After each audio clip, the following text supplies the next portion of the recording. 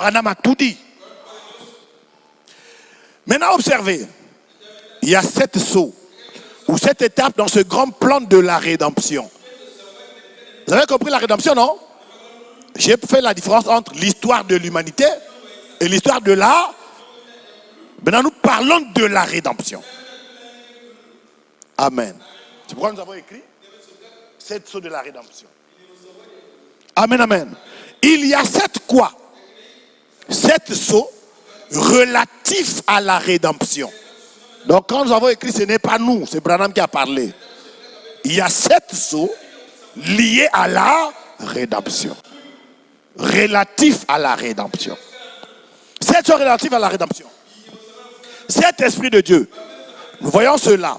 Si vous voulez voir, il est parlé de cet esprit. Laissez-moi regarder ici une minute.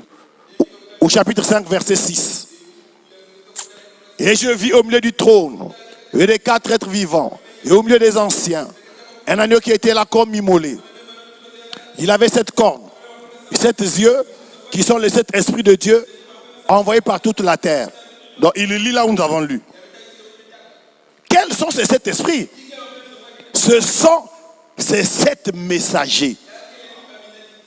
Il y a Colomban, Irénée, John Wesley, Martin Luther et les autres. Vous voyez? Les 7 esprits qui sont 7 hommes, 7 anges, lesquels sont 7 messages, 7 messages. Amen. 7 sous, 7 esprits, 7 anges, 7 cornes et 7 églises. Vous voyez? 7, 7. Il y a 5, 7. En effet, 7, c'est la perfection. Et 5, c'est la grâce. La grâce de Dieu envers les 7 âges de son Église. À ces 7 messagers, hommes, aux 7 esprits de Dieu, aux 7 sceaux du plan de la rédemption. Nous y sommes maintenant même. Les 7 cornes représentent 7 âges. En effet, une corne représente un royaume. Vous vous souvenez, la couronne qui a été posée sur la bête. Une corne dans Daniel et ainsi de suite. Voyez-vous? Cela représente un royaume. Ou 7 âges. Souvenez-vous que Jésus a dit que certains s'endormirent à la première veille. Les autres à la veille suivante. L'âge qui suit. Et ainsi de suite, jusqu'à la 7e veille. Et l'époux est venu. La 7e veille. Alors tous se sont réveillés. Vous souvenez-vous de cela? Ça c'est Matthieu chapitre 25. Parabole des 10 vierges. Amen. Vous voyez que quand vous lisez Frère Branham, si vous connaissez la Bible, vous savez que c'est biblique. Tout ce qu'il est en train de dire, c'est biblique. C'est pourquoi, et c'est une erreur de croire que le message contredit la Bible. Que non, c'est le 3e testament. On n'a plus à lire la Bible. Non.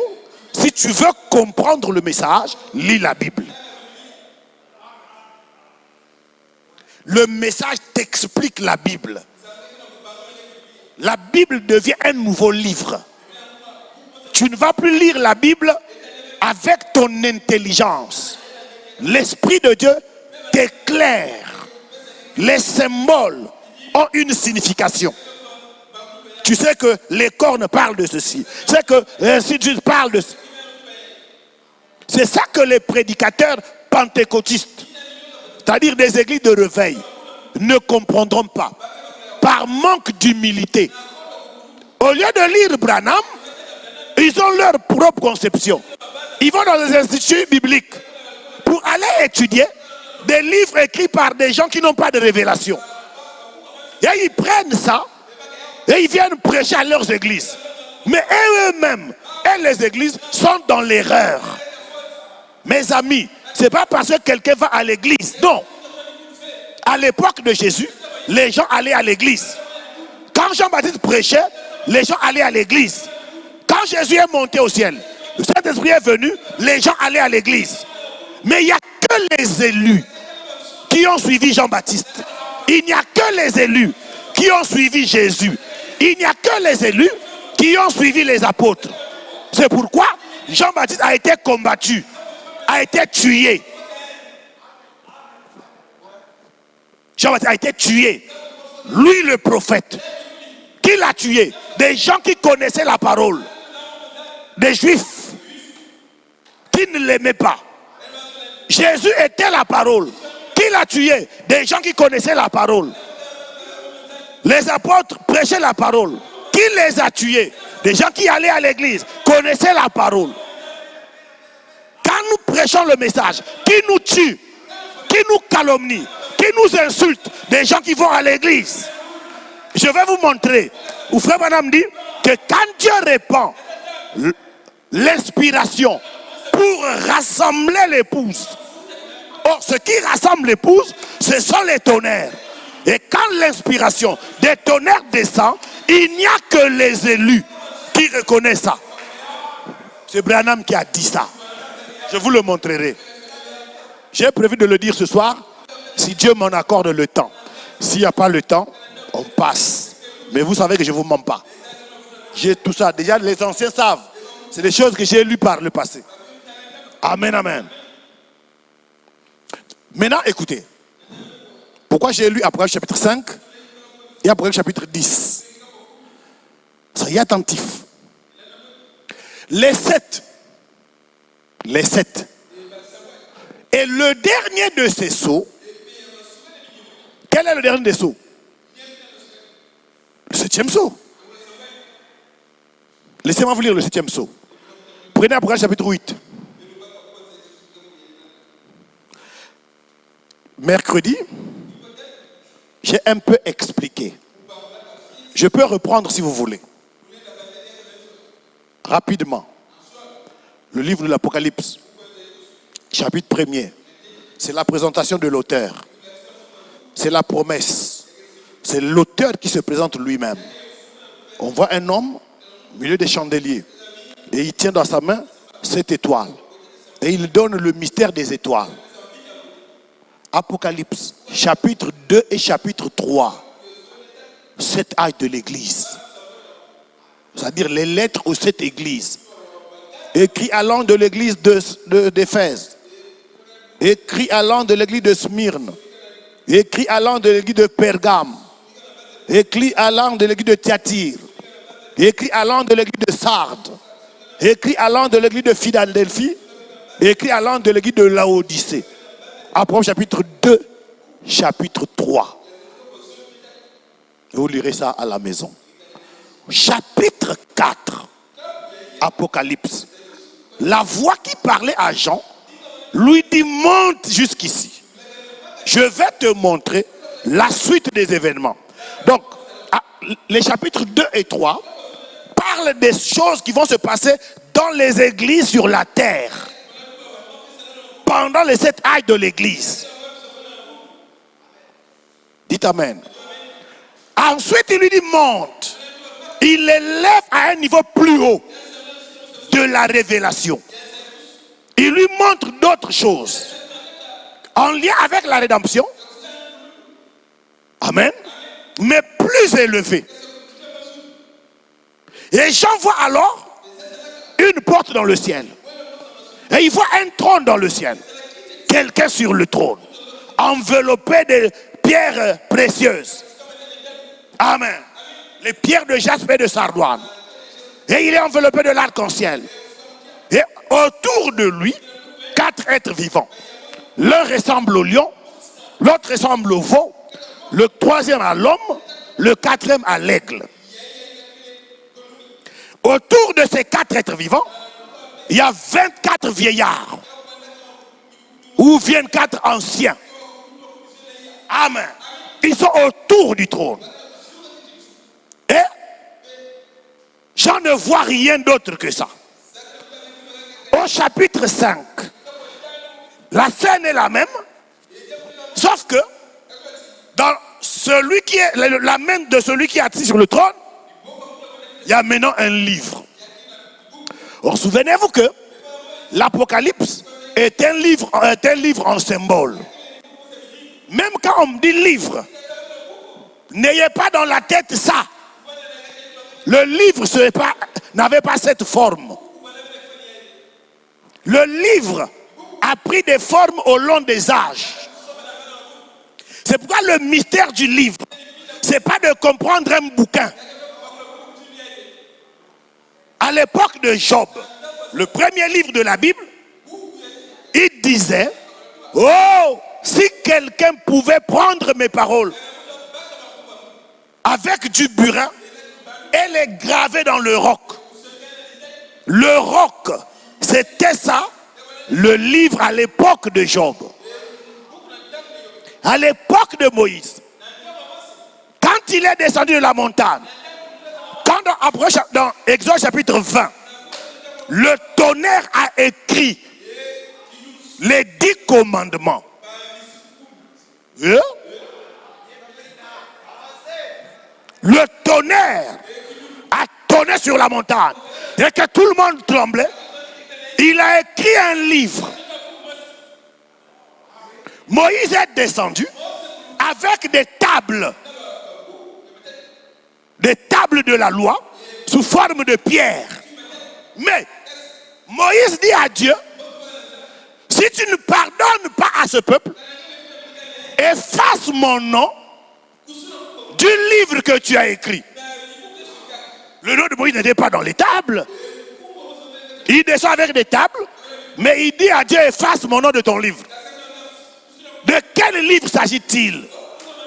Ce n'est pas les tables. Dites Amen. Nous avons avancé à l'époque où Jésus est sur la terre. On nous dit que, dans Luc chapitre 4, qu'il est allé à Jérusalem, non, à Nazareth, là où il a grandi. Le jour du sabbat, il est entré dans la synagogue et on lui apporta un rouleau, le rouleau d'Ésaïe. Le livre a changé de forme. N'est-ce pas vrai? Quand Jean voit les sceaux, le livre qu'il voit aussi, c'est un rouleau. Mais aujourd'hui, le livre que nous avons, voilà la forme. Amen. Ça, c'est la forme du livre. Mais mes amis, je suis en train de vous lire, non? Avec quoi? Avec un ordinateur. C'est sûr que nos enfants, leurs enfants auront perdu ça. Déjà les archives, les choses qu'on cache. Aujourd'hui, on est passé à l'archivage électronique. Hein? Vous allez en France, les choses qui sont passées dans des siècles passés, ils ont tout sur Internet. Donc ils ne peuvent plus perdre quelque chose. Pour perdre ça, il faut détruire l'Internet. Alors quand on parle du livre, on ne voit pas un bouquin. C'est un mystère. Tout le monde comprend? Vous voyez? Le livre est un mystère. C'est pas ça. Il y a des gens qui demandent à Dieu de fouiller si leur nom est dans le livre. Moi j'ai Luka Malamu Kombonanga. Kombonanga et Bandakana M, comme je suis Makoso. Regardez comment les gens sont charnels. Ils pensent que le nom dans le livre, c'est Makoso. Non. On va arriver si Dieu le permet.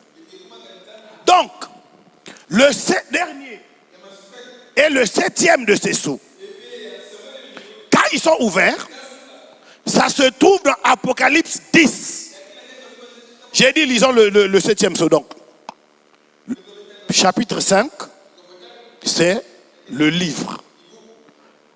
On dit à Jean qui est digne de prendre le livre, de récupérer le livre. Qu'est-ce que c'est que ce livre? Ce livre, c'est la chose qu'Adam avait, qui faisait que Adam était le maître de la terre. Quand Adam était sur la terre, aucun animal ne pouvait lui faire du mal. Adam était maître de tout. Adam n'avait pas à crier. Il parlait, tout lui obéissait. Le livre là, c'est l'autorité qu'avait Adam. C'est pourquoi quand Jésus est venu, il est dans la barque, en train de dormir. Ils sont sur l'eau. Les vagues. Ah, les apôtres étaient des pêcheurs. Mais ils essayent toutes les techniques. Pas moyen. L'eau entre dans la barque. Le sommeil de Jésus là, je l'ai toujours trouvé suspect. Le sommeil de Jésus de ce jour-là, je le trouve suspect. Quand quelqu'un dort, dès que l'eau le touche, il se réveille. Essayez de dormir quand vous jette l'eau. Comment il dormait? L'eau l'a touché, il dort pour lui. Jésus, toi aussi, hein? Tu aimes faire semblant. Hein? Il voulait leur montrer quelque chose. Ils l'ont réveillé, mais maître, mais réveille-toi, non? Oh, l'eau entre dans la barque, si Jésus. L'eau te touche. Lui, il dort. Oh? Ils ont appris, oui, il y a quoi? Mais maître, on commence à mourir. Il dit, oh, mourir par quoi? Mais regarde l'eau. En bougeant de peu de fois. Vous voyez? Il se lève. Hé! Hey, vent! Vague! Chut, calmez-vous. Suis. Oh! J'en dis, qui est cet homme-là? Il commande même au vent et à la tempête. Et ils lui obéissent. C'est le livre qu'avait Adam. Tout le monde comprend? Jésus l'était lui-même. Or, ce n'est pas pour Jésus.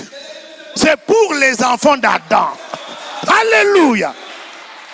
C'est pourquoi Jésus pouvait dire, moi je dois partir. Quand je partirai, il reviendra.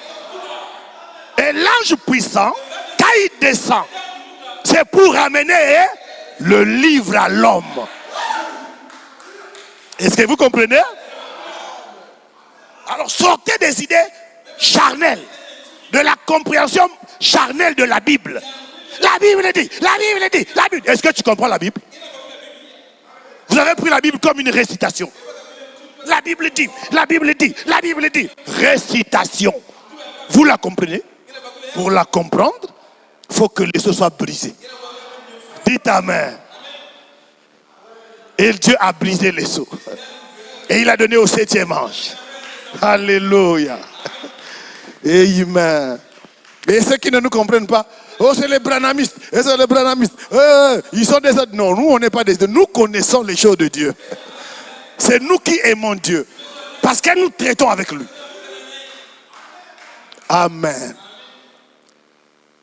Donc, Apôtre chapitre 5, le défi est lancé. Qui est digne de récupérer ce livre? Et pas seulement de le récupérer. Il faut briser les os. Il faut révéler le livre. Ce qu'il y a dedans. Qu'est-ce qu'il y avait dedans? Les noms de tous ceux qui ont été prédestinés à être sauvés. Pour qu'ils héritent du salut, il faut qu'on brise les os. Mais pour briser les os, il faut d'abord récupérer le livre. Qui va le récupérer au ciel? Sur la terre. Sous la terre. Branham dira dans une autre prédication, les anges comme Gabriel étaient dignes. Mais ce n'est pas une affaire des anges. C'est une affaire des hommes. Quel est l'homme? Voyez? Dieu est terrible. Qui était Jésus? Dieu lui-même. Jéhovah de l'Ancien Testament et Jésus du Nouveau Testament. Pour sauver la race d'Adam, Adam étant esprit, il n'avait jamais péché. Adam a péché dans la chair. Si Dieu doit sauver Adam, Dieu doit venir dans la chair. C'est pourquoi Jésus vint comme un homme, né d'une vierge, par la parole. Alors, il pouvait sauver la race d'Adam. Donc, aucun homme n'était digne en dehors du parent d'Adam. Adam n'a qu'un parent. L'unique parent d'Adam, c'est Dieu lui-même. Alors Dieu dut venir sous la forme d'Adam. Un homme, on l'appelait Jésus-Christ. Il est allé donner sa vie Il a payé le prix. Il est donc déclaré digne. C'est pourquoi, amen. Digne, digne. Dans la terre, sur la terre, tu es digne. Digne, digne. Les anges disent que tu es digne. Digne, digne. Amen. Chapitre 5. Alors, quand l'agneau, quand Jean pleure, on lui dit, Jean, il ne faut pas pleurer, parce que le lion de la tribu de Juda, le rejeton de David, il a vaincu. Lui, il est digne de prendre le livre. Jean dit, ah, gloire à Dieu. Le lion de la tribu de Juda. Jean connaissait la parole. C'était sorti de la bouche d'Israël. Quand il bénissait ses enfants, il avait dit, Juda est un jeune lion. Amen. C'est de Juda que sortent les rois. Comme de Lévi sortaient les sacrificateurs. Et il y a un trône. C'est normal qu'on parle du lion de la tribu de Juda. Alors, Jean veut voir à quoi ressemble ce fameux lion dont avait parlé Israël dans le livre de la Genèse. Quand il regarde, c'est un agneau. Amen. L'agneau, alléluia. Et comme l'agneau est immolé. Donc ce n'est pas un animal. Parce que cet agneau est parti vers celui qui est sur le trône. Il a pris le livre. Un animal qui marche. Et qui a des mains pour prendre le livre. Est-ce que ça existe? Ce sont des symboles. Et quand il prend le livre, alors commence l'adoration. Nous allons le lire. La vraie adoration. On ne peut être adorateur véritable de Dieu. Comme avait dit Jésus, l'heure vient, elle est venue. Où les vrais adorateurs. Il y a des vrais et il y a des faux. La femme samaritaine connaissait la lettre. Et elle n'avait pas tort. Le puits là, c'était le puits de Jacob. Il dit, oh, vous les juifs là, ça c'est le puits de Jacob. Donc toi tu es plus grand que Jacob. Israël, notre parent, notre ancêtre. Alléluia. La pauvre ne savait pas qu'en fait, cette eau de la dénomination ne donnait pas la vie. L'eau de vie était en présence de lui, sous la forme d'un homme. Hein? Et Jésus l'amène lentement vers la révélation, jusqu'à ce qu'elle comprenne que là, il y a plus que Jacob. Le Dieu de Jacob est en face de moi. C'est là où elle a abandonné l'eau et la cruche pour aller dire aux gens du village, venez voir. Ça a changé. Jésus lui a dit, vous dites qu'il faut adorer sur cette montagne. Les Juifs disent qu'il faut adorer à Jérusalem. Mais moi je vous dis que l'heure vient, elle est venue, où les sceaux vont être brisés. Et les vrais adorateurs vont apparaître. Et ils vont adorer Dieu en esprit et en vérité. Chapitre 5. Amen. L'adoration. Au chapitre 6, l'agneau brise les sceaux. Et il ne brise pas 7 sceaux. Alors qu'il y a 7 sceaux. Il ne brise que 6 sceaux. Frère Branham dit, dans Dieu confirmant sa parole, 64, il dit, quand on a... Alléluia. Quand on arrive au 7e sceau, on finit avec Malachie 4. Amen. Avec Malachie 4, c'est 6 sceaux. C'est pourquoi je vous disais, à un moment donné, ce n'était pas William Branham qui prêchait. La forme, c'était Branham. Celui qui parlait, c'est Jésus lui-même. Jésus a emprunté le corps de Moïse. Amen. Pour parler à Israël. Donc Dieu dévoilé. Pour Moïse, il n'emprunta que le visage. C'est pourquoi le visage de Moïse brillait. Et quand il descendait de la montagne, il devait le voiler. Parce que voir Dieu, à ce moment-là, c'était mourir. Moïse lui-même, après avoir vu tout, dans Exode 33, lisez à la maison. Il dit à Dieu, montre-moi ta gloire. Je veux te voir. Dieu dit, tu ne peux pas me voir et vivre. Mais je vais te faire une faveur. Va sur le rocher. Le rocher, c'est la révélation. Moïse monte sur le rocher. Dieu barre les yeux de Moïse. Pour que Moïse ne voit pas le visage de Dieu. Parce que le visage de Dieu, c'est un mystère. Alléluia. Et Dieu passe. Il enlève la main. Moïse voit. Il dit, oh, cela ressemblait à un dos d'homme. Mes amis, c'est l'histoire de l'homme. C'est une histoire glorieuse. L'histoire de la rédemption, c'est une histoire glorieuse. Amen. Vous n'êtes pas n'importe quoi. Quand vous comprendrez ça, vous saurez qui vous êtes. Là, Paul disait, je sais en qui j'ai cru. Paul savait qui il était. Un homme qui a la révélation, il sait qui il est. Il n'est pas n'importe quoi. Il n'est pas n'importe qui. Non pas à la manière des hommes. Non. Les hommes sont charnels. Ils élèvent les autres sur des intérêts charnels. Un président de la République, il va avoir des gens qui vont chanter sa gloire, qui vont l'adorer, parce que les gens ont un intérêt charnel. Mais le croyant, amen. Chapitre 6. Chapitre 7, il n'y a pas de 7e saut. Frère Madame dit, il y a rupture entre le 6e saut et le 7e saut. Il dit, il y a une raison pour laquelle Dieu ne l'a pas placé là.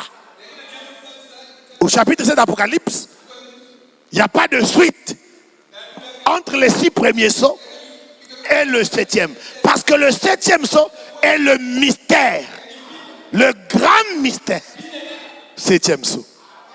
Il est au chapitre 8, verset 1. Pas verset 2. Chapitre 8, verset 1. Quand il ouvrit le 7e saut, il y eut dans le ciel un silence d'environ une demi-heure. Alors, William Branham dit, le 7e de ces sauts, il est dans Apocalypse chapitre 10. C'est ce que je suis en train de lire ici. Comment? Parce qu'après chapitre 10, les tonnerres ont tonné. Jean allait écrire. On lui dit non. Le 7e saut n'est pas écrit. Les 7 tonnerres ne sont pas écrits. Et Branham dit, c'est la même chose. Quand nous irons dans les tonnerres, nous allons voir ça clairement. Comment il le dit. Frère Branham l'a dit. J'ai les stations avec moi ici. Tout le monde me comprend? J'ai dit tout ça pour que vous compreniez ici. Amen. Que le 7e de ces sceaux se trouve après le chapitre 10. Le sceau non écrit. C'est là où Dieu a dribblé Satan. Satan, c'est un bandit. Il ne faut pas jouer avec lui. Jouez pas avec Satan. Ne jurez pas que moi je suis un chrétien. Moi je ne peux pas tomber dans le péché. Moi je peux pas. Ne dites jamais ça. Le diable est terrible. Jouez pas avec Satan. Soyez humble. Quand Dieu vous fait grâce de vivre sa parole, bénissez-le chaque jour. Chaque jour bénis Dieu. Chaque jour rends-lui grâce. Eh Dieu, tu as veillé sur moi toute la journée. Le matin je me suis réveillé. Je suis allé à tel endroit, puis à tel endroit, puis à tel endroit, puis à tel endroit, puis à tel endroit. Le soir je suis à la maison. Merci Seigneur. Dieu a veillé sur toi. Les autres qui font n'importe quoi, c'est parce que Dieu n'a pas veillé sur eux. Il n'y a que Dieu qui peut veiller sur un homme. Si vous voyez quelqu'un qui est orgueilleux, moi je suis un vrai chrétien, je ne tombe pas dans le péché, il n'est pas converti. Ça, ce sont ses efforts personnels. Mais la vie n'est pas finie. Le diable a une grande expérience. Il sait comment faire tomber les gens. Pas jouer avec Satan. Il n'y a que Dieu qui peut vaincre Satan. Et Dieu vainc Satan. Dieu vainc Satan. Ouais. Dans les élus. C'est pour ça qu'il nous a cachés dans les seaux. Alléluia. Ça c'est le message. Donc, il y avait un ange puissant. C'était Christ. Vous comprenez? Qui descendit et posa un pied sur la terre, un pied sur la mer. Et il leva la main et il dit, le jour est arrivé à la fin. Le temps est fini. C'est complètement fini, oui. Il n'y a plus de temps. J'y reviendrai. Plus de temps. Il a dit qu'au son, alors le mystère de Dieu serait terminé. Quand le 7e ange devait prêcher, le mystère de Dieu serait terminé. Amen. Là, nous sommes en 61. Les sons ne sont pas encore brisés. En 1960, Frère Branham a dit beaucoup de choses. Parce que Frère Branham savait que tout ce qu'il prêchait avant n'accomplissait pas sa mission pour laquelle il était là. Il avait une mission précise, mais il y aurait un temps. Et il attendait ce temps. Il vivait pour ce temps. Il dit, si je meurs maintenant, si nous mourons maintenant, il y a beaucoup de choses que nous ne connaissons pas encore. Il dit, par exemple, les 7 sceaux d'Apocalypse et les tonnerres que Daniel avait entendus, que Jean avait entendus. Il dit, à ce moment-là, quand les gens les connaîtront, alors ils adoreront le Dieu vivant parmi les hommes. Amen. Frère, Dieu est un mystère. Et c'est merveilleux d'être dans ce mystère. Le monde nous méprise. Le monde nous insulte. Le monde nous calomnie. Mais devant Dieu, nous avons un grand prix. Amen. Parce que c'est à nous que Dieu révèle sa parole. Ce qui fait de nous des grands, ce n'est pas à la manière des hommes. Ce n'est pas notre intellectualisme. Ce n'est pas notre argent ou nos diplômes. Non. C'est Dieu lui-même. Ce que nous avons de meilleur sur la terre, de plus précieux, c'est Dieu lui-même. Dieu révélé. Alors le mystère de Dieu serait terminé. À savoir, le mystère de Dieu. Qui est Dieu? Voilà ce qu'on appelle le mystère de Dieu. Au jour de la voix du 7e ange, quand il sonnerait de la trompette, le mystère de Dieu serait accompli. Dans un guide. Laissez-moi vous lire ça rapidement. Un guide. Prêché en 62. Écoutez ce qu'il dit. Un guide. Paragraphe 35. Il dit, William Branham, amen, amen. Les gens nous insulteront toujours, il n'y a pas de problème. Tant que Dieu vous donne le temps, insultez. Les branhamistes, ils ne connaissent rien. Vous aimez Jésus et vous n'aimez pas Branham, il y a un vrai problème. Parce que c'est Jésus qui a envoyé Branham. Comment vous ne pouvez pas aimer ce que Jésus a envoyé? Jésus a dit, celui qui me reçoit, vous reçoit. Celui qui vous reçoit, me reçoit. Paragraphe, je commence 34. Un guide. Il dit, c'est le jour où il a prêché la stature d'un homme parfait. Amen. Il a dessiné ça. Amen. Maintenant, il dit ceci.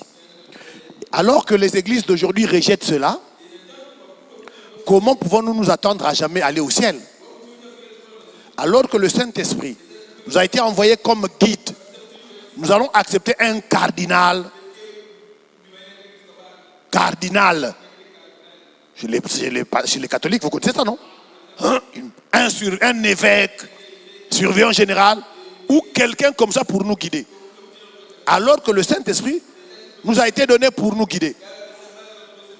Et le Saint-Esprit parle toujours de la parole. J'ai beaucoup de choses à vous dire. Vous ne pouvez pas les comprendre, mais ça c'est Jésus qui avait dit dans Jean chapitre 16. Vous ne pouvez pas les comprendre maintenant. Mais quand il sera venu, il vous conduira à ces choses. Voilà pourquoi il y a eu les sceaux. À la fin du 7e sceau, à la fin de quoi? À la fin du 7e sceau, le mystère de Dieu s'accomplirait. À savoir, voilà quel est le mystère qui s'accomplirait. au jour de la voix du 7e ange, quand il sonnera de la trompette, le mystère de Dieu s'accomplirait. À la fin du 7e jour. Amen. Le mystère de Dieu s'accomplirait. C'est-à-dire, à savoir, qui est Dieu? Ce qu'il est. Dieu c'est quoi? Les hommes ne comprendront Dieu que quand les sceaux auront été brisés. Pas n'importe quel sceau. À la fin du 7e heure, vous savez que Dieu, aujourd'hui nous ne pouvons pas le comprendre. Nous le croyons. Il faut croire Dieu par la foi. Tu cherches à comprendre Dieu, tu vas devenir fou. Les universités, les écoles bibliques, les instituts, les grands sages, les théologiens finissent par avoir des cheveux blancs, à essayer d'étudier Dieu. Ils ne l'ont jamais compris, même un peu. Mais Dieu est un mystère. À la fin du 7e sceau, le mystère de Dieu s'accomplirait. À savoir, qui est Dieu? Ce qu'il est. Comment il vit? Nous saurons comment Dieu vit.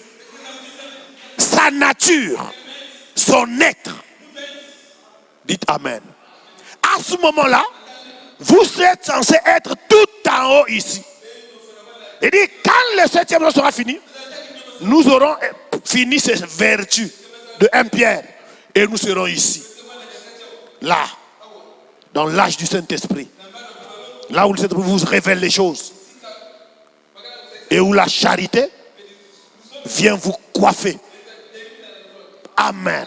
Vous êtes un homme étrange. Différent des autres. Même ceux qui vous calomnient savent. Cet homme n'est pas comme les autres. C'est vrai, mes amis. À la fin du 7e jour, nous serons ici. Nous aurons passé la foi, la vertu, la connaissance, la tempérance, la patience, la piété, l'amour fraternel. Et nous serons là. Lui, les 7 honneurs, c'est lui là. La charité. Et il vous coiffe. Vous avez alors la stature de Christ. Vous marchez sur la terre. Vous avez le même visage. Vous mangez le même foufou. Mais en vous, il y a eu une révolution. Alléluia. Dieu a marqué son sceau sur vous. Mes amis, il y a des bonnes choses. Amen. Il y a quoi de mieux sur la terre? Et devenez milliardaire. Ayez tous les diplômes. Ayez tout ce que vous voulez. Soyez heureux sur la terre. La fin de votre vie, c'est quoi? La mort. Vous allez tout abandonner ici. C'est terrible cette vie. Salomon dit, vanité des vanités. Tout est vanité. Il a passé tout son temps, Salomon, à comprendre la sagesse. Et il dit, il n'eut pas de plus sage que moi à Jérusalem. Pas de plus riche.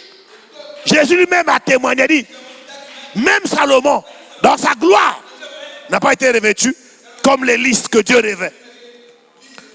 Il parle de Salomon, un grand homme, d'une richesse pas possible, vivant, dormant sur l'or, tellement instruit.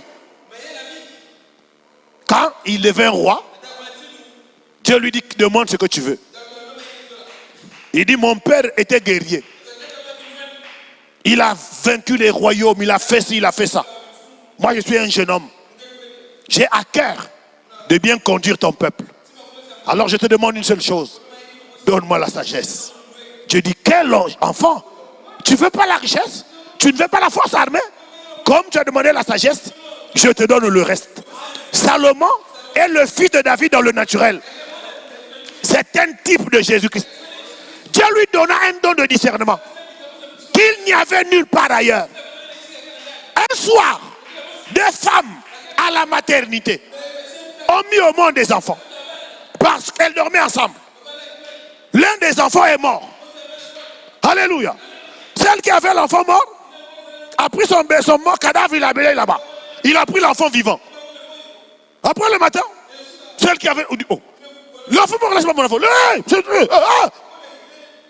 C'était grave. On a pris les 2 femmes avec leurs 2 enfants. Le cadavre et l'enfant vivant. On les a amenés chez Salomon. Roi, ces 2 femmes ont mis au monde Il y a un enfant qui est mort, il y a un enfant qui n'est pas mort. Mais les deux disent que l'enfant vivant, c'est leur enfant. Salomon dit, c'est pas grave. Laissez, je règle ça. Bon, à qui est l'enfant mort? C'est pour elle, c'est pour elle, c'est pour elle. Comment les les départager? Salomon dit, donnez-moi une épée. Comme l'autre est mort, tuons l'autre. Comme ça, on coupe en deux, on donne un morceau. Celle qui avait perdu son enfant dit, ouais, la bonne, c'est ça la bonne solution, c'est ça. L'autre dit, non. Donnez-lui l'enfant. Salomon dit, oh, est-ce qu'une maman peut accepter qu'on tue son enfant? Il dit, celle-là qui dit tuer l'enfant, c'est son enfant qui est mort. Et il prend l'enfant, il dit, toi qui dis qu'on ne tue pas l'enfant, c'est toi la vraie maman. Dis ta mère. On raconte, je n'ai pas lu ça dans la Bible, qu'un jour, quelqu'un a fabriqué une fleur qui avait l'air naturel, tellement naturel, que c'était comme une autre fleur. Personne n'était capable de faire la différence. Salomon a dit, calmez-vous. Mettez les deux fleurs ici. Il dit, prenez-moi des abeilles. Il y a le nectar dans la fleur. Il dit, laissez voler une abeille. Il est venu se mettre, il dit, c'est tout ça dans la fleur. Parce que l'abeille ne peut pas suivre ce qui n'est pas naturel. Il avait la sagesse. Et à son époque, on a construit le temple. À l'époque de David, on ne pouvait pas. C'était un temps de guerre. Mais quand le peuple s'est uni autour de Salomon, avec sa sagesse, on a bâti le temple. Or, le temple de Salomon était un type du corps de Jésus, l'épouse. C'est pourquoi Jésus disait, détruisez ce temple, en 3 jours, je le rebâtirai. Et ils n'ont pas compris, ils ont pensé, la maison là, on a fait 46 ans pour la... Les hommes qui vont à l'église sont toujours charnels.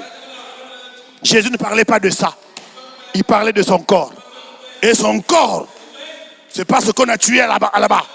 C'est moi, c'est toi. Alléluia. Amen. Mes amis, la parole de Dieu est merveilleuse. C'est pas parce que les gens ont les Bibles à la main. C'est pas parce qu'ils chantent le Kimlombo. Toi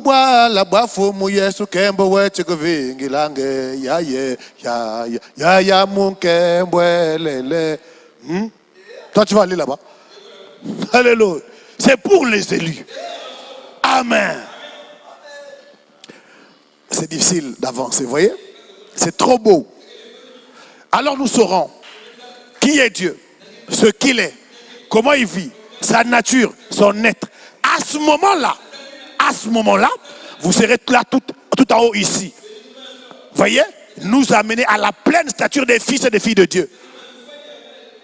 Une église qui a été lavée dans le sang de Christ, qui a été rachetée sans argent, acquise par le sang de Jésus-Christ. Donc déjà, il l'avait annoncé. Maintenant ici, là où nous sommes, il dit, le mystère de Dieu serait terminé. Il répète la même chose.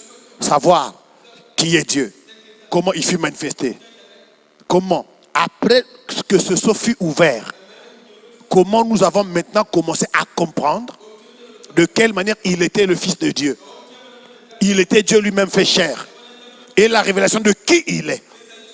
Cela devrait être terminé avant que cet ange ne puisse mettre ses pieds sur la terre et sur la mer et jurer qu'il n'y aurait plus de temps.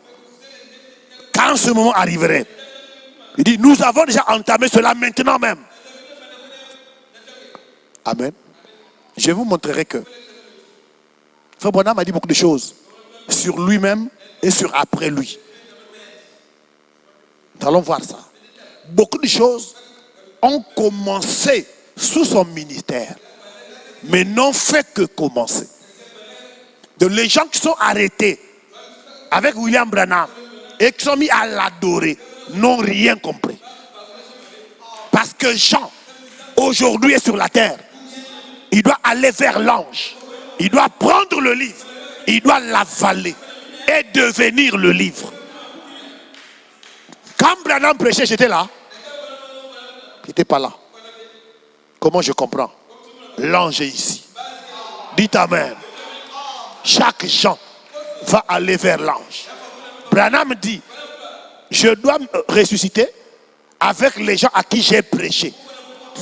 Il dit, je ne suis pas responsable des gens qui ont été avant moi, ni ceux qui viendront après moi. Je dois être jugé avec ceux à qui j'ai prêché. J'ai plein de citations. Hein. Ce n'est pas un amusement. Hein. Amen. Le Dieu de Branham n'est pas une histoire. Il est encore Dieu. Si Branham, en allant à la tombe, son Dieu est allé à la tombe, à quoi il nous sert? Ce Dieu-là est ici. C'est lui qui nous conduit. Et nous sommes gens. Nous prophétisons. Frère Branham dit, ce 7e ange, William Branham, était si fidèle à Dieu que lorsqu'il prêcha, Dieu fit écho de son message dans le ciel. Donc, nous sommes aujourd'hui dans le message de l'écho.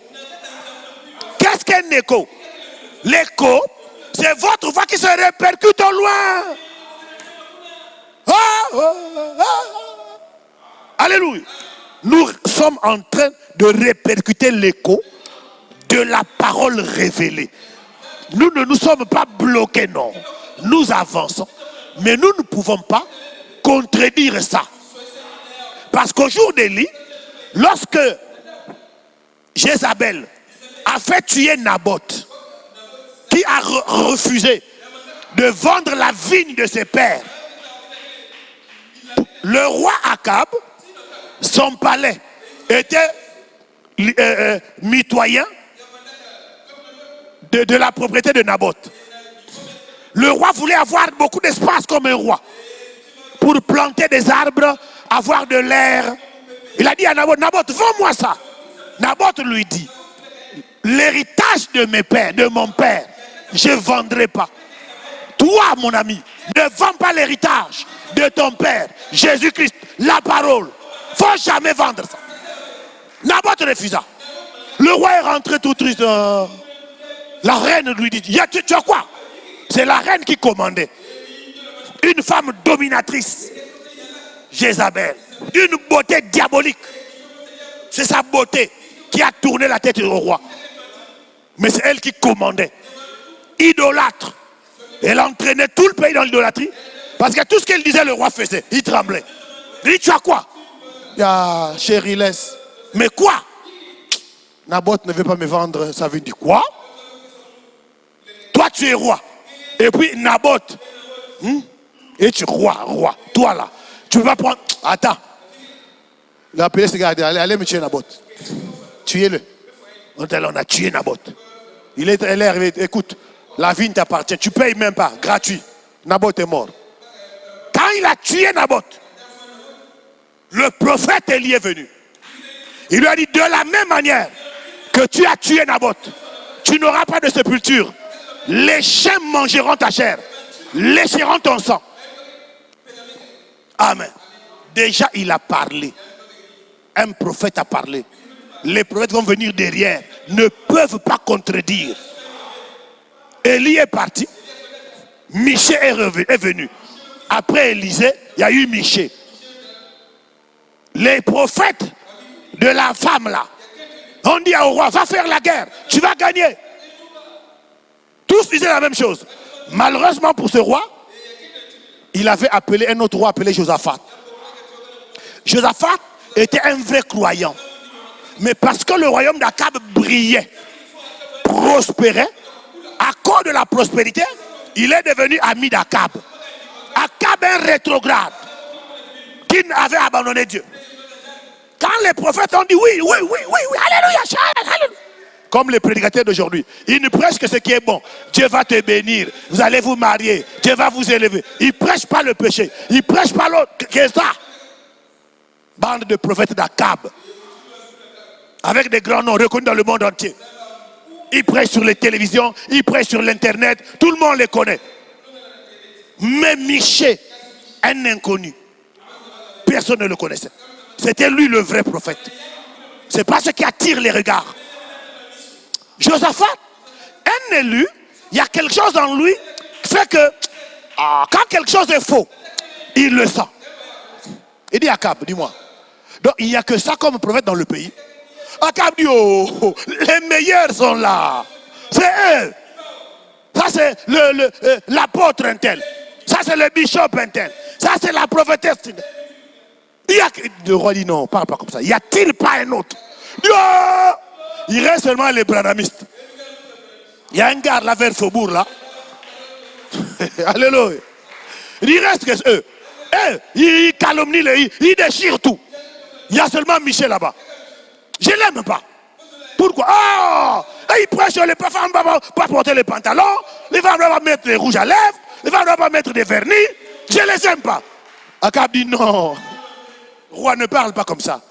Allez quand même l'appeler. Ah, moi je ne les aime pas. C'est pareil aujourd'hui. Amen. Alors, on dit à quelqu'un, bon, allez appeler Michel. Mais dites-lui, ici, nous on prêche. Les femmes doivent prêcher.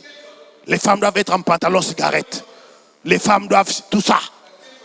Qu'ils ne viennent pas nous casser les pieds, les oreilles avec ces doctrines branhamistes ici. Va lui dire ça. Hein?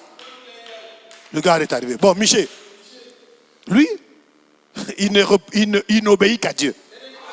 Il ne suit pas la tendance. Alléluia. Michel, le roi te cherche. Écoute, jeune homme. Là-bas, nous sommes 450 prophètes. On a déjà dit au roi que tout est bon. Il va aller gagner la guerre. T'as là, écoute. Bon, il y a même de l'argent là-bas. On va nous donner chacun. De toi aussi, tu auras une part. Répète ce que nous on a dit. Tu as entendu? Michel arrive. Il regarde ce petit gars là. Il pense qu'il va m'acheter avec l'argent. Il dit non. Je ne dirai que ce que Dieu m'a dit. Si Dieu ne me dit rien, je ne dis rien. Il dit Michel, je t'ai prévenu. Si tu gaspilles notre cope, tu vas voir ça. Ils l'ont intimidé. Michel est arrivé. Le roi a dit, bon, alors Michel, parle. Il se met à rire. Devant le roi, il n'a pas peur. Il dit, vas-y, tu vas gagner la guerre. Il dit, bon, tu vois, il n'a même pas peur de moi. Regarde, tu as vu les choses de sa femme. Ce type-là, je te dis. Michel dit, donnez-moi une nuit. Un prophète, un vrai, il n'a pas la réponse à tout. Si Dieu ne parle pas, lui, il ne parle pas. Il attend que Dieu lui parle. Il dit, donnez-moi une nuit. Demain, je reviendrai. Ce que Dieu me dira, je vous le dirai. Il arrive là-bas, il voit la scène. Alléluia. Il revient. Et nous sommes dans les sauts, hein? Hein? Alléluia. Il arrive. Il dit, oh, roi, vas-y, vas-y. Vas-y. Il dit, tu vois, il ne dit pas là. Michel, là c'est le roi. Dis-moi la vérité. Il dit, oh, cette nuit, l'Éternel des armées est descendu dans sa miséricorde. Et j'ai vu l'Éternel assis sur son trône. Et devant lui, les anges. Il a demandé, qui ira pousser Akab à aller à la mort? Qui va tromper Akab? Les anges n'avaient pas de réponse. Pourquoi? Les anges sont saints. En eux, il n'y a pas de mensonge. Ils ne pouvaient pas mentir. Parce qu'ils sont saints. Le mensonge en eux ne peut pas entrer. Alors à ce moment-là, un démon a quitté l'enfer. Il avait dit, moi. Ce Dieu l'a regardé. Parce que Dieu est le maître de tout. Même des démons. Il lui a dit, alors comment? Il dit, moi je suis le démon du mensonge. Tu vas faire, il dit, oh, je vais entrer dans tous les prophètes là. Tous les prédicateurs là. Oh pasteur un tel, oh prophète un tel, oh. Je vais entrer en eux. Je vais les amener tous à mentir au monde entier. Ils vont prêcher le faux. Dieu dit, ouais, c'est toi qu'il me faut voir. Il dit, tous tes prophètes là, c'est un esprit de mensonge. Ah! Leur chef est venu, il a giflé. Il dit, toi Michel, il faut me plaquer. L'esprit est sorti de moi, il est entré en toi. Akab a dit, arrêtez-le. Mettez-le en prison. Faites-le manger du pain d'affliction. Faites-lui boire de l'eau. Jusqu'à mon retour. Je vais lui régler son compte. Michel dit, si tu reviens vivant, l'Éternel n'a pas parlé. Amen. Pourquoi? Parce que avant lui, un prophète avait déjà parlé. Lui ne pouvait pas venir le contredire. Mais vous là, Paul a prêché. Vous venez aujourd'hui, vous contredisez Paul. Vous voyez pas que c'est le diable qui vous conduit? Et les gens vont dans des églises. Vous lisez dans la Bible, il a dit que les femmes doivent se taire à l'église. Dans cette église-là, les femmes prêchent. C'est le même démon là qui est entré en vous. C'est pourquoi les sceaux doivent être brisés. Dites Amen. Pour que les enfants de Dieu soient positionnés. Quand le monde entier dira le contraire, les vrais fils de Dieu, ils ne changeront pas. Ils ont la révélation. Amen. J'essaie de terminer, mes amis. C'est difficile d'avancer. Vous comprenez, hein? Vous comprenez? Je suis en train de vous montrer la différence entre nous et les autres. Pourquoi nous ne sommes pas comme les autres? Nous avons reçu la révélation que Dieu n'a pas donnée à tout le monde. Il n'y a que les élus. Dans l'âge où nous sommes. Nous ne sommes pas dans le 7e âge. Le 7e âge, c'est l'âge pentecôtiste. Nous l'avons dépassé. Je vous lirai ça.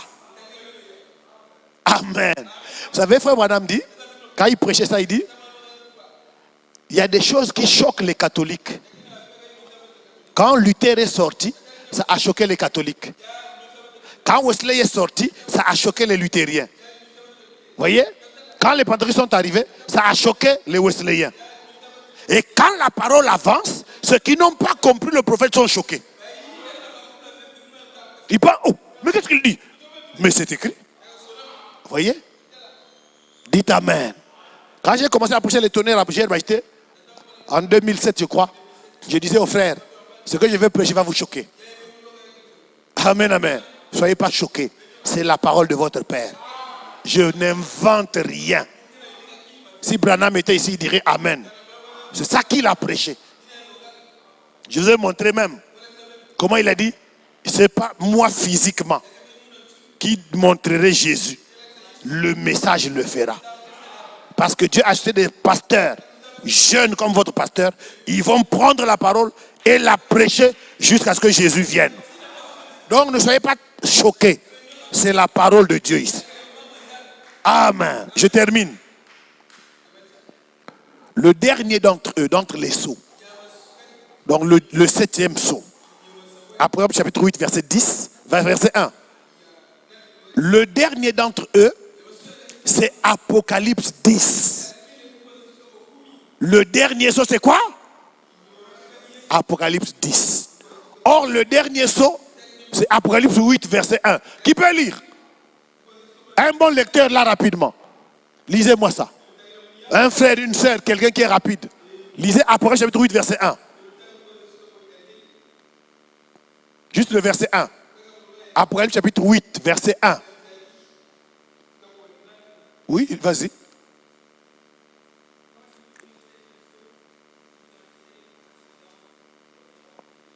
Quand il ouvrit le 7e sceau, il eut dans le ciel un silence d'environ une demi-heure. Ça c'est Apocalypse chapitre 8, verset. Branham dit, quand ce sceau-là, le dernier là, il est dans Apocalypse chapitre 10. Comment est-ce possible? Parce que chapitre 10, comme le chapitre 8, verset 1, ce qui a été écrit, ce qui a été dit, il n'y a pas de scène. C'est silencieux, c'est scellé, c'est caché. Et dans Deutéronome 29, verset 29, lis un peu ça. Deutéronome 29, 29.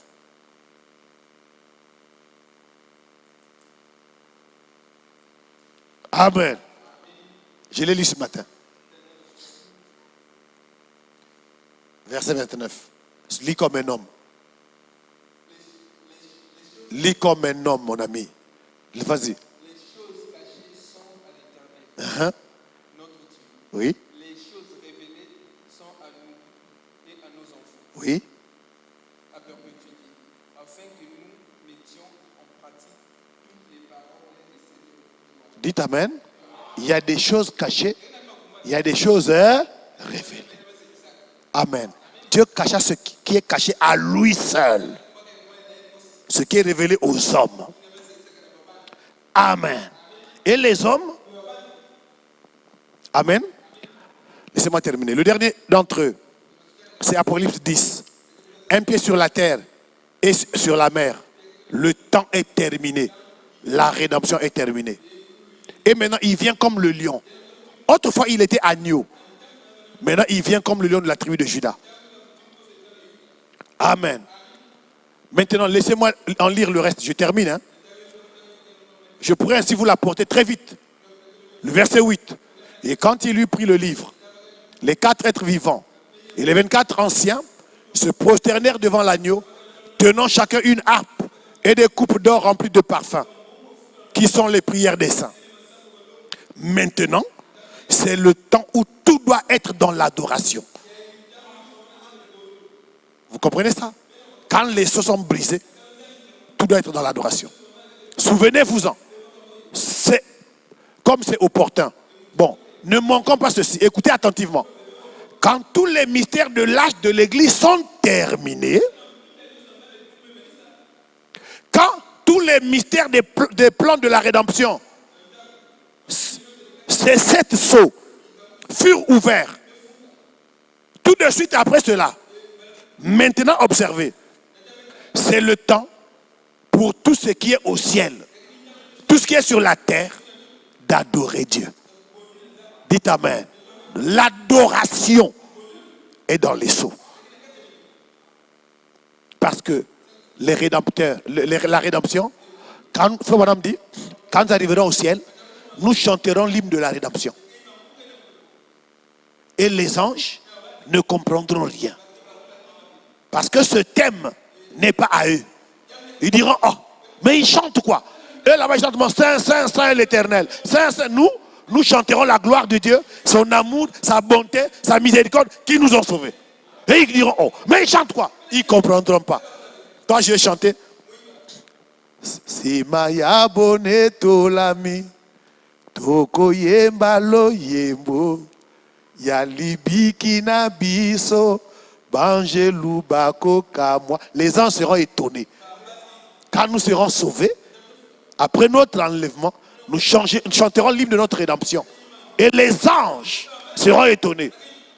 Kokumisa Yahweh na boule, elongo naba santo banso, koyembela Yesu, bile kona bile. Nous chanterons pour lui dans les âges éternels.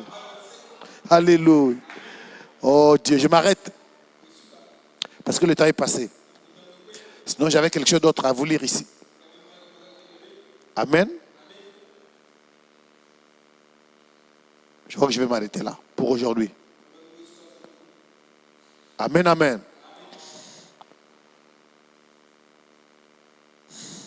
C'est si beau. Amen.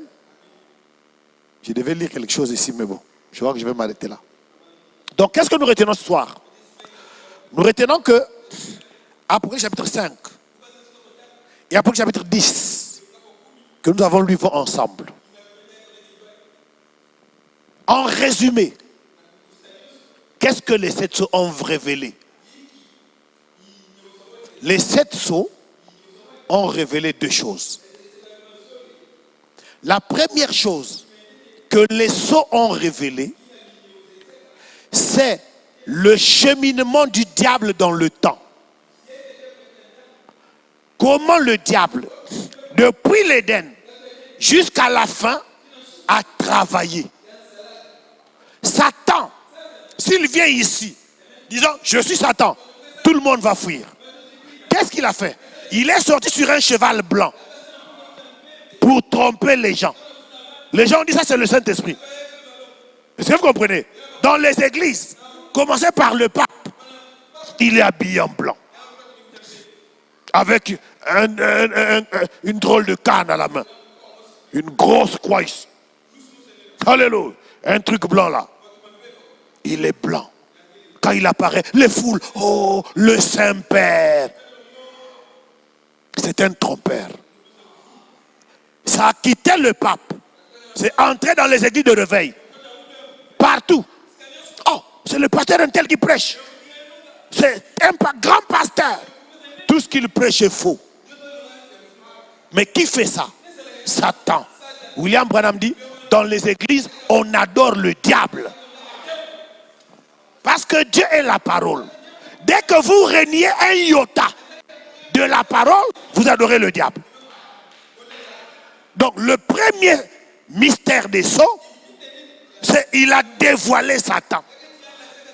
Tu ne peux pas m'amener. Je serais dit à mon ami la dernière fois. C'est comment on l'appelle? ICC. Castanou. Je lui ai parlé de Branham. ICC. Nous étions à la mer ici. Parce c'est un garçon d'ici. Il a une église en France. J'ai dit, écoute, tant que vous n'écouterez pas Branham. Il dit, oh, toi aussi, laisse. Branham, bon, c'est pas quelqu'un comme les autres. Mais il est tellement célèbre qu'il ne peut pas croire. Il prêche. Ce canal, il a des églises partout. Comment tu... Mais le diable est dedans. Mensonge. Mais il va... Vous savez, la Bible dit, hein, le chemin qui est large, que beaucoup de gens suivent là, c'est le chemin qui mène à la perdition. Le chemin de Dieu est resserré. Peu de gens le trouvent. Dites amen. J'ai plein d'amis pentecôtistes. Ah, dis, quitte là. Il y en a qui sont venus là, non? Dernièrement. Celui qui nous a prêché un dimanche ici. Il vient de la France de Toulouse. Il est venu avec un prédicateur qui venait d'Angleterre. Ils sont à Brazzaville en ce moment. En train de faire des miracles, tout ça là. Mais ils prêchent quoi? Alléluia. Ils ne toucheront pas au seau. Alors comme ils ne touchent pas au seau, c'est ce gars-là qui m'a dit, ah Seigneur, le jour-là, il m'a dit, viens à la croisade d'évangélisation. Je suis allé m'asseoir derrière. C'est la pagaille. Là-bas on prêche, ici on parle. C'est-à-dire que même quand tu entres dans l'église, tu sens que Dieu n'est pas ici. Chez nous, c'est l'ordre. Dans l'église, on ne parle pas. Tu es seul avec Dieu. Rien que l'ordre montre qu'il y a le respect. Donc il est venu derrière, il m'a vu, il est venu. Oh, comment? Oh, mais on s'est mis à parler. Ah, on est en train de prêcher. Après il me dit, non, nous on est venus avec la prophétesse Intel. Prophétesse Intel. Une sœur que je connais moi-même. Seigneur Jésus-Christ. Un prophète. C'est pas parce que tu es allé à l'église. Tu as eu un songe.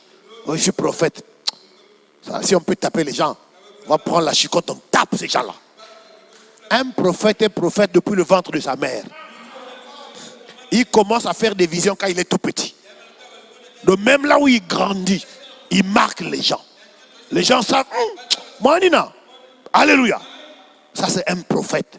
Ce n'est pas quelqu'un qui a grandi, qui a fait la pagaille ici, qui est parti en France, qui n'est même pas converti.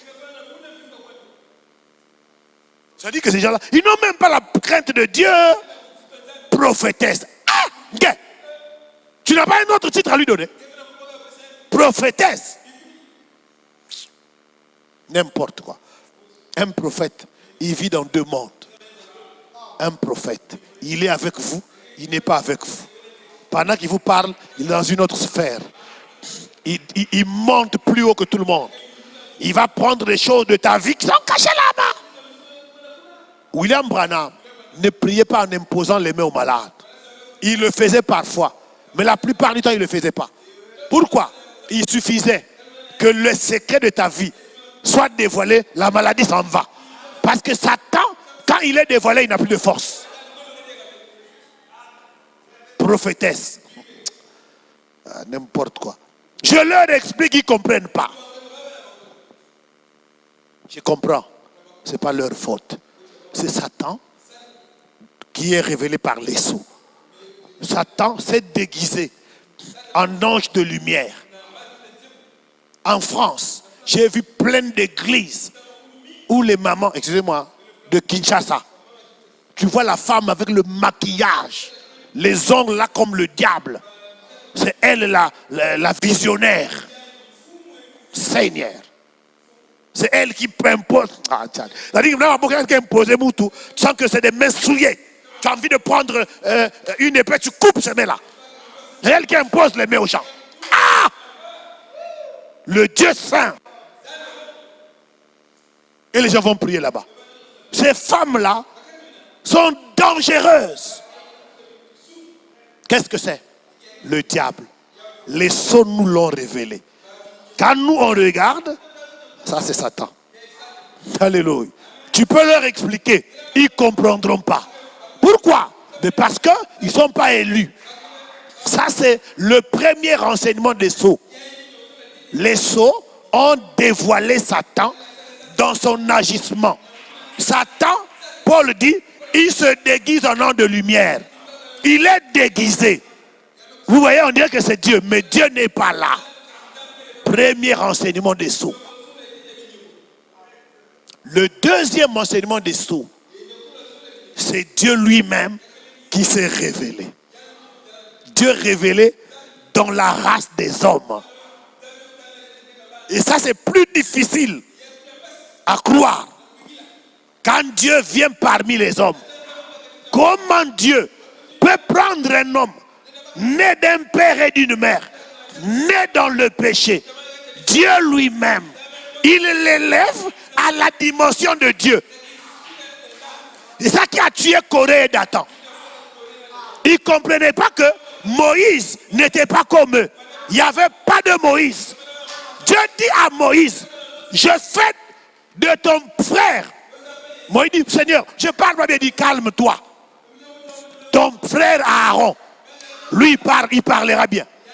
Il sera pour toi prophète et toi, tu tiendras pour lui la place de Dieu. Moïse était Dieu, dites Amen. Corée n'a pas compris ça. Dathan n'a pas compris ça. Ils n'ont jamais compris que Dieu puisse s'identifier à un homme. Dieu a dit, j'ai entendu le cri de mon peuple. J'ai vu sa souffrance en Égypte. Moi, Dieu, je suis descendu pour le délivrer. Ah bon? Tu es descendu, hein? Vas-y. Il dit, Moïse, va. C'est toi qui es descendu. Mais va toi-même. Or, quand Moïse partait en Égypte, c'est Dieu lui-même qui partait sous la forme de Moïse. Dites Amen. C'était Dieu lui-même. Vous voyez, les sons nous ont amenés à comprendre qu'est-ce qu'on appelle Dieu. Vous croyez dans Moïse? Vous croyez aujourd'hui? Alléluia. Et quand il est venu dans Branham, et il meurt. Frère, des choses, Paul a dit, ce que l'œil n'a pas vu, ce que l'oreille n'a pas entendu, ce qui n'est même pas monté au cœur de l'homme, des choses qui dépassent l'entendement. Il l'a fait dans Branham. Dieu est encore venu au milieu des êtres humains. Amen. Et je vais vous révolter. Branham était Dieu dans la chair humaine. J'ai dit était. Était. Pas aujourd'hui. Dites Amen. C'est ça qui choque les gens. C'est pour ça qu'on a tué Jésus. Les Juifs croyaient en Moïse. Moïse dit, écoute Israël, le Seigneur ton Dieu est le seul vrai Dieu. Tu n'auras point d'autre Dieu devant sa face. Les Juifs croyaient ça. Dans Jean chapitre 9, quand Jésus a ouvert les yeux à l'aveugle, ils lui ont dit, viens un peu ici. Ah. Donc, toi tu étais aveugle? Oui. Ah! Né aveugle? Non. Appelez ses parents. On appelait les parents. T'es là. Les parents commencent à trembler. Donc vous vous dites que t'es là. Ça c'est votre enfant? Oui, c'est notre enfant. Il était aveugle, lui. Il était aveugle. Depuis la naissance. Depuis la naissance. Bon, maintenant, comment il voit maintenant? Il dit, ah, pardon. En tout cas, c'est notre enfant. Il était aveugle. Mais comment il voit? Nous, on ne connaît pas. Demandez lui-même. Alléluia. Ils étaient intimidés. Le gars dit, oh. J'aime ce type-là. Il dit, oh. Il lui dit, bon, toi, explique-nous. Il dit, alléluia, gloire à Dieu. Il dit, l'homme qu'on appelle Jésus. Il a pris un peu de trucs là sur la terre, là. Il m'a mis dans les yeux. Il m'a dit, va à la piscine de Siloé. La piscine de Siloé, Siloé veut dire envoyé. Dieu a toujours un envoyé qui a le mystère d'ouvrir les yeux des gens. Il dit, va à la piscine de Siloé. Avons-nous eu Siloé? Alléluia. Il dit, je suis allé à la piscine de Siloé. J'ai lavé les yeux, maintenant je vois. Il dit, ah! Comment? Ils étaient fâchés. Oh, donne gloire à Dieu. Ce type-là, c'est un païen. Il dit, oh, comment un païen? Vous avez déjà vu un païen qui ouvre les yeux des aveugles? Oh, dites amen.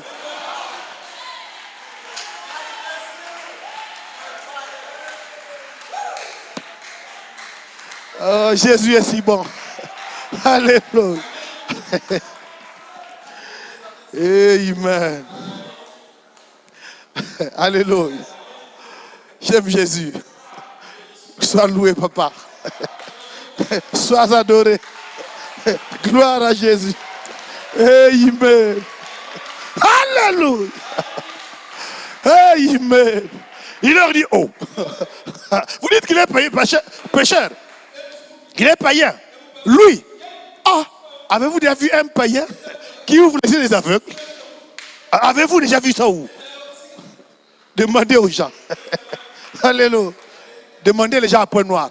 Avez-vous déjà vu un pianiste aveugle? Complètement aveugle. Ce n'est pas fabriqué nous-mêmes. On est témoins. N'est-ce pas vrai? Aveugle. Ici.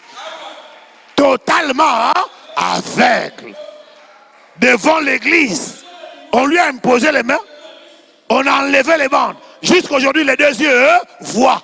Avez-vous un pécheur faire un tel miracle? Le gars dit jamais.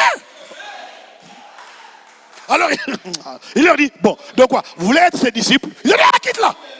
Nous, on est les disciples de Moïse. Il faut faire attention. Hein. Dieu a parlé à Moïse. Mais lui, là, il vient d'où?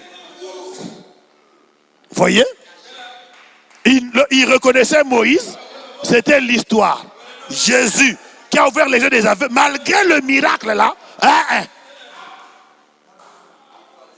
Amen.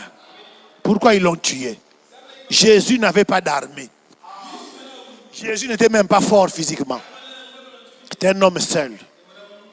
On l'a attrapé, on l'a amené devant le Sanhédrin. On lui a posé des questions. Les gens ont accusé, ça ne tenait pas. Le souverain sacrificateur, Caïphe, s'est levé. Il a dit, dis-nous. Là, tout le monde est silencieux. Parce que c'est le souverain sacrificateur, le fils d'Aaron. Son habit est sacré. Il représente l'autorité. Tellement de fou. Il intimide. Il regarde Jésus. Dis-nous, es-tu le Christ? Il ferme les yeux. Comme s'il avait le respect. Le Fils de Dieu. Tout le monde. Qu'est-ce qu'il va dire ce type-là? Maman. Jésus le regarde. Il n'avait pas peur de lui. Il lui dit, c'est toi-même qui l'as dit. C'est toi-même qui l'as confié. Ah! Il déchire les vêtements. J'ai dit, qu'est-ce qu'on va faire de lui? Il mérite la mort. Ils ont tué Jésus parce qu'eux-mêmes ont témoigné qu'il est le Fils de Dieu. Fils de Dieu veut dire Dieu. Voilà ce qui a fait qu'on tue Jésus. Et aujourd'hui encore, on tue Jésus à cause de la même chose. Les gens renvoient Jésus à l'homme de Galilée. Il marchait. On parle de lui au passé. Jésus est au présent. La deuxième chose que les sceaux ont révélé, c'est que Christ est le mystère de Dieu révélé. Comprenez ça? Dieu, ça peut être toi. Branham a prêché, montre-nous le Père. Il dit, si vous avez Dieu en dedans, vous le verrez en dehors. Il dit, chaque fois que je regarde un être humain, je vois Dieu. Chaque fois que je regarde un arbre, je vois Dieu. Il dit, ça marque partout. Il dit, les gens ne voient pas Dieu parce qu'en eux, il n'y a pas Dieu. Or, les sceaux ont révélé Dieu aux hommes. Avez-vous compris? Pour ce soir, que Dieu vous bénisse.